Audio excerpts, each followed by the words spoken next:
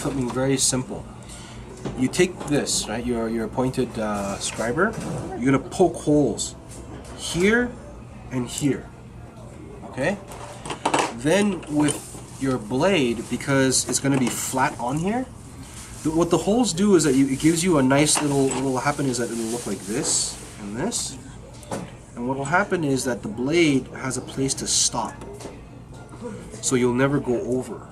You have a starting point, stopping point, so you just go there and then you just pull back and you just lightly score it. And then you go back to this and then make it wide and then you finish off this guy. Right, so basically it'll be some sort of small thin line, it'll get thicker, and then it'll be nice and thick, and then there's your pattern line right there. Right. Yeah, and you just score from end to end. No. Score, stop in the middle. Yeah. And then turn, and then start with the other side. Yeah. So, yeah. So basically, when you're using this, good idea to go back and forth. So it's no, I was saying from here to here, and then from here to here.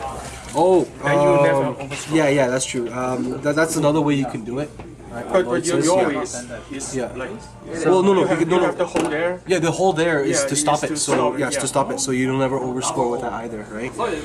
The other way is like what Lois says. You can score from here to the middle, and then you'll never overscore. But for me, if it's like 1 or 2 millimeters thick,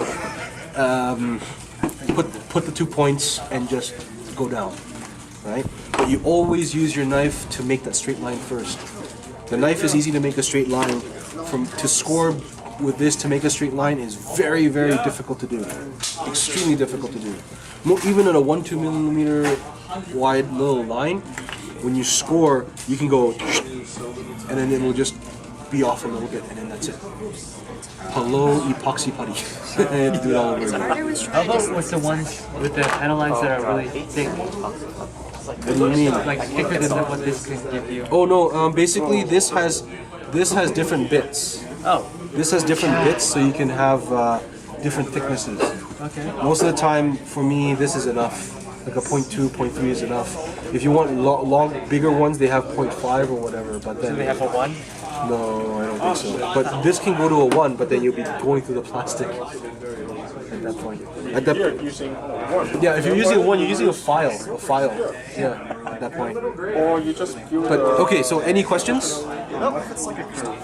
A curve? Like the surface is a curve? Or the panel line is a curve? Okay. That part you're gonna have to use this one. Yeah, you have to be very careful because if the panel line is actually a circle on a flat surface, like on here, you're gonna do this, right? Is it best to like actually cut out like this kind of? No, it won't. It won't work No, unless it's perfect. There are like punches that you can make as a circle. Like if you have a hole punch and you Yes, get one of those hole punched, and then stick it on. That it does, but then that's not the point. That's not the problem. The problem is how to score it.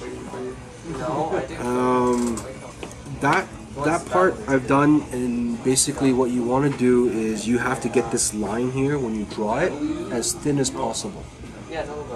When you draw it on there and it's too thick, you have too much play. So you want to make sure that this line is right there, like just very thin.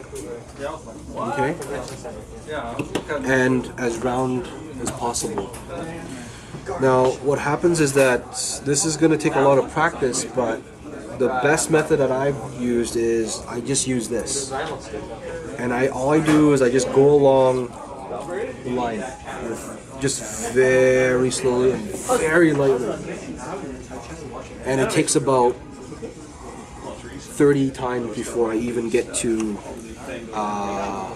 the part where I just 30-40 times before I'm ready to use this.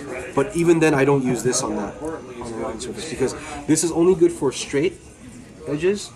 You can't curve with this because of the hook. You can't do it. You can only do it with this type of scriber, and you need to get that with at Michael Mark. Right. This is the only one that can do curved surfaces. And you're only going to end up with this type of pattern panel line. You can't end up with this. Right? You can't. From all the tools that I've used, unless you have a very, very fine drill and router, you can just go a little bit, right? But that's really too hard to do. So that way, the quickest, easiest way is just to lightly go for this type of scriber, and you need lots and lots of practice.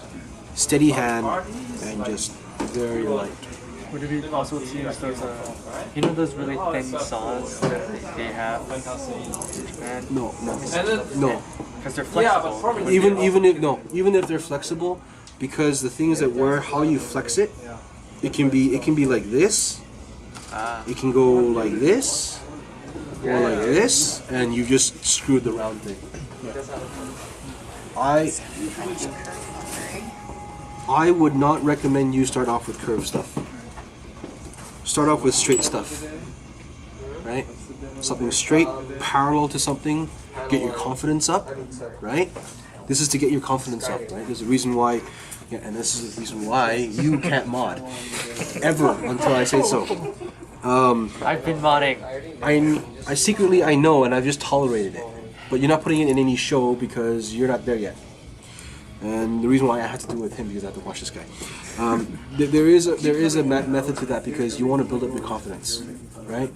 Because if you're going to start off with something that difficult, you're going to kill your confidence, and then you're going to be like, oh, I don't want to do this, blah blah blah blah blah, right? Like dinosaurs. Exactly. No, when I messed up, it only made me want to do it harder. Not on a bandsaw. It's like now I know how to not mess it up. You still don't know how to fuck it up. First time you have a Right. bandsaw snap. So start off with just straight lines, and with the ball is fine. The ball is a natural curved surface, and you just worry about straight lines, and it'll make it nice and good. You don't need that many panel lines on that thing, right? Because there's a lot of it on there already. Right? Just a couple here and there to get you started, and then as you get more and more confident with doing this, then you go for it, doing the curved stuff. Sketch it on the model.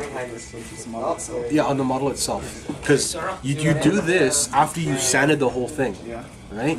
Because you have to take care of the nubs and seam lines first, right? So once you finish that, then you can worry about this, right? You do because the surface of the plastic when it's not sanded, like here, like when I mark it, it doesn't mark as well as if it was sanded, right? And it also stays there, so I can easily rub it off.